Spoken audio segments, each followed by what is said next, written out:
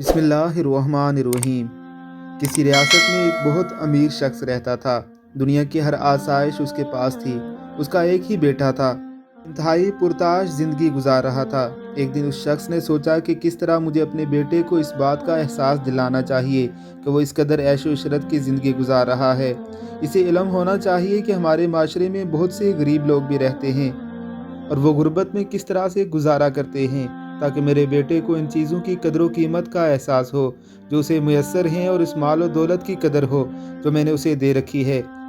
यही सोचकर उसने फ़ैसला किया कि वो अपने बेटे को किसी गांव ले जाएगा और वो पूरा दिन किसी गरीब किसान के घर गुजारेंगे।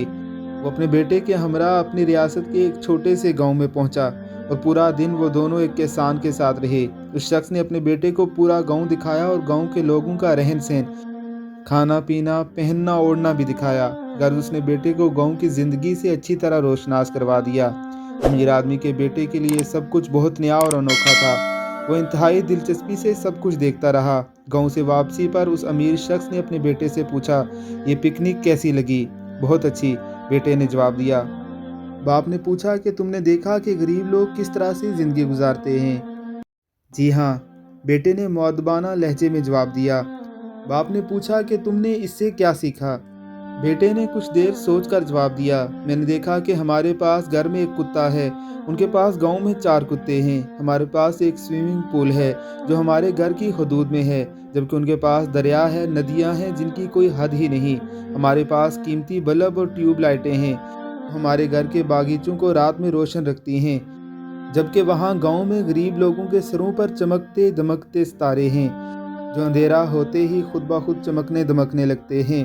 हमारे घर के लान घर की दीवार के साथ ख़त्म हो जाता है और उनका लान वो ज़मीन है जो ताहद्दे निगाह फैली हुई है।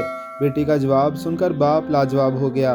बेटे ने अपनी बात जारी रखते हुए मज़ीद कहा, बहुत शुक्रिया अब्बा जान कि आपने मुझे बताया, दिखाया और एहसास दिलाया कि हम किस कदर गरीब हैं। ये एक आफाकी सच है कि सब कुछ हमारे देखने और सोचने के अंदाज पर मुनहसर है। एक मशहूर कहावत है, हम चीज़ों को वैसे नहीं देखते जैसे वो होती हैं, बल्कि वैसा देखते हैं जैसे हम होते हैं। हमारी ज़िंदगी हमारी सोच पर मुनहसर है।